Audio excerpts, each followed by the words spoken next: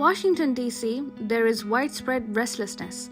Within the Biden administration, there is a kind of desperation to make more non-Russian oil available in the world's markets. However, supplies remain constrained. The OPEC Plus has dashed all of USA's hopes in a big snub when the oil cartel cut daily oil production by 2 million barrels beginning this month. For Joe Biden, the immediate concern is ensuring that gasoline prices don't skyrocket to highs seen earlier this year, or worse still, higher than this year's peak.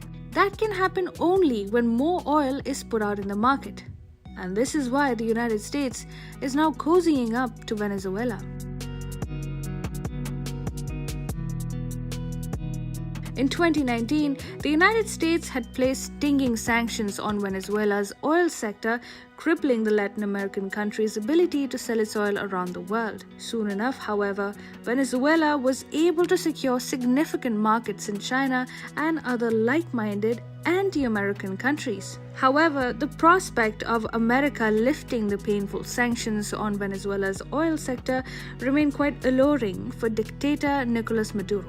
The US has also realized that sanctions on Venezuela have not really been able to topple Maduro, who still remains Venezuela's president. Only recently, the Biden administration sent delegations to Caracas, where the two sides negotiated a prisoner swap that freed 7 Americans. The United States and Venezuela are also discussing easing US sanctions on the Latin American country's oil sector as American energy giant Chevron seeks to make a comeback in drilling oil in Venezuela.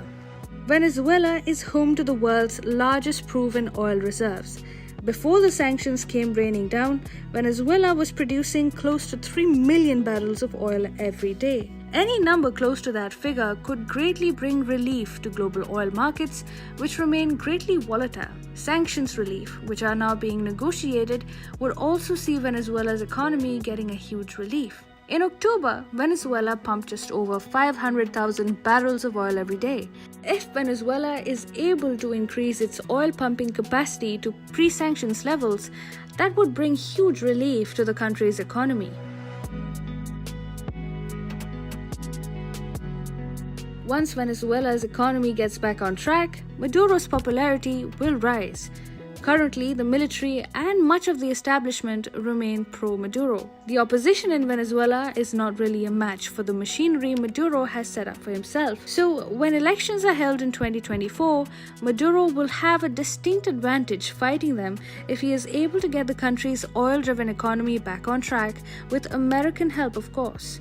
Phil Gunson, a senior analyst in Caracas for the International Crisis Group, said, "Maduro can use repression and fraud to stay in power, but I think he would far rather win a relatively clean election." That's an interesting point, because Maduro can create the appearance of a clean election, yet manage to rig it anyway. The US wouldn't really care to heavily scrutinize the election, as it would want the continuous flow of oil out of Venezuela into the world's markets.